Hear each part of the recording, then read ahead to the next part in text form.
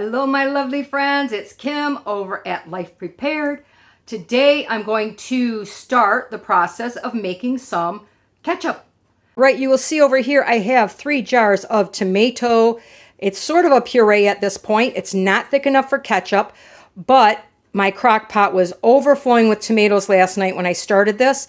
It reduced down to half, and then I am going to do another batch from the tomatoes I picked today. And then I'm going to go out in the freezer and start thawing some tomatoes to add to this as well.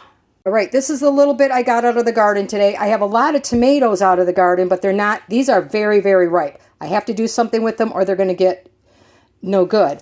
I have some celery leaves and stems I picked. I have some leeks I'm going to add to it instead of onions. And then, of course, I have my tomatoes. Now, I did not have any luck with peppers this year. I got a huge bounty last year and I dehydrated. These are all, I believe they're red peppers. So I'm going to add some peppers to this as well. See, I didn't even bother to wash it because I'm going to be using it again. So the tomatoes are super duper simple.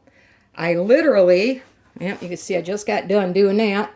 I'm going to set you up here so you can see. I take my tomato and I found this cool little scooper. It's actually a tomato corer, but it works good for strawberries and other things as well. And all I have to do is, and I didn't realize I had it until after I froze everything, so I would have done it before I froze them, and then I could have just literally thrown them in the crock pot. But now I can just toss that in my crock pot. If I have too many, then I could cut them into smaller pieces, but I'm going to strain it later, so why bother trying to take all the seeds out? Now this guy I'm going to cut a little bit because it was sitting on the ground and this little section is no good, so I'll set that one aside. And this one has a couple of spots. That one I pulled the core out when I picked it, but you can use this for little spots too if you really want to, like that. And this one, something bit it probably. I love these tomatoes. These are Amish paste. They're nice big tomatoes, and in it goes. So that is how I do my tomatoes. It's so quick. I'm also going to be adding some of my white tomatoes. My daughter gave me this plant, and we will be adding vinegar and things like that, so you don't have to worry about the acidity level as much. These had gotten a little bit overripe, so I'm just going to take off a couple of the blemishes and toss those in as well. So I'm going to continue this process, and then I'm going to chop up my leeks and all that good stuff and get everything in my crock pot, my slow cooker going. All right, you can see my tomatoes, my leeks, and a couple little onions, and my celery is in my slow cooker. And I'm going to add my peppers. All I do is sprinkle them on as it cooks. That's a pretty good amount of peppers. Once these get a little bit soft, I kind of squish everything down in there. And like I said, I'm going to go out in the freezers and get some more tomatoes and let them thaw enough I could take the cores out. And I can just keep popping them in there throughout the day as it cooks down, so that when I'm ready, I can add my other tomatoes to it and then turn it into ketchup. All right, I brought in my basket of tomatoes that were frozen. I still have a few out there, but not that many. And I will let these thaw for a little while, probably about an hour. They will soften up. If you've never worked with frozen tomatoes before, the cool thing is they peel really easy. All you have to do is rub the skins off. But as you notice, I didn't take my skins off. If these happen to fall off, fine. I leave my skins in because in the next step, once it's all nice and cooked, I puree it and then I strain it because the skins have a lot of flavor in them. And if they puree down, fine. If they don't, they get strained out as well as the seeds. So, and it makes it easier. You don't have to sit there by a hot stove peeling every tomato as it goes in your crock pot. All right, I thought I would show you my beautiful ketchup. That's a cinnamon stick sticking out of the back, by the way. You can see it's leaving traces of the whisk around it.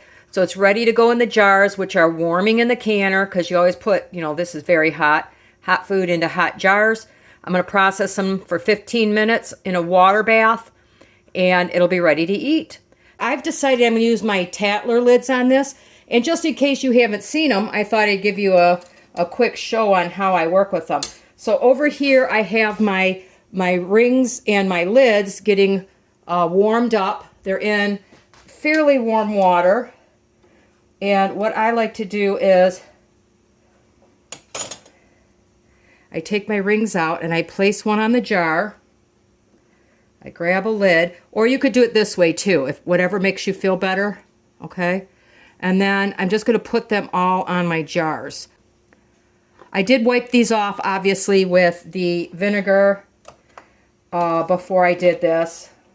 It was just kind of a last-minute thing. I'm like, hey, I should show them how I use the Tatlers. To use a Tatler, now these are going to be hot.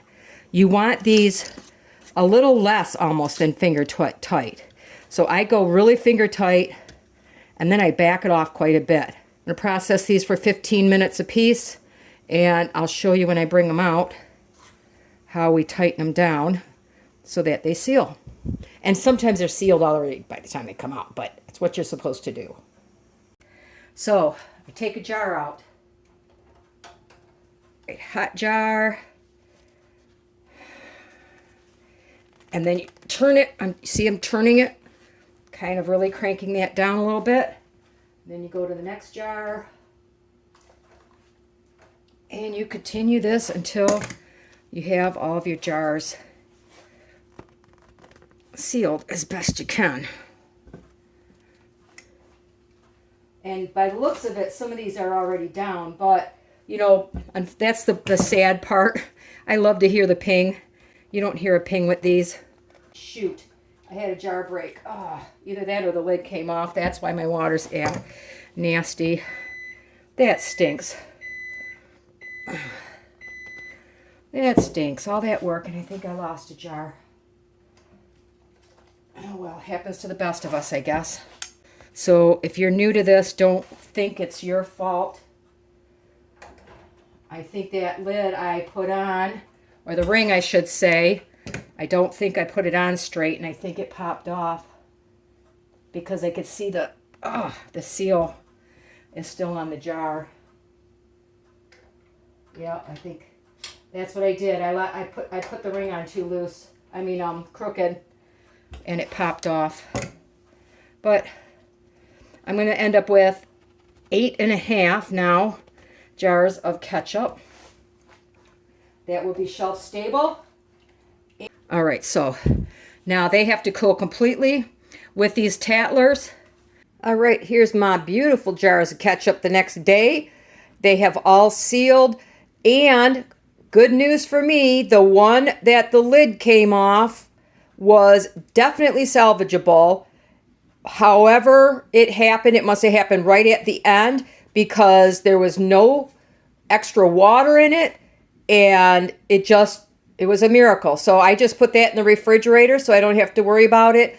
I did have one that has a questionable lid, whether it's tight enough or sealed enough, so I just put that in the refrigerator. I could deal with that when I get home. So anyway, I hope you enjoyed this video, and if you give it a try, let me know. Otherwise, you guys have a wonderful day.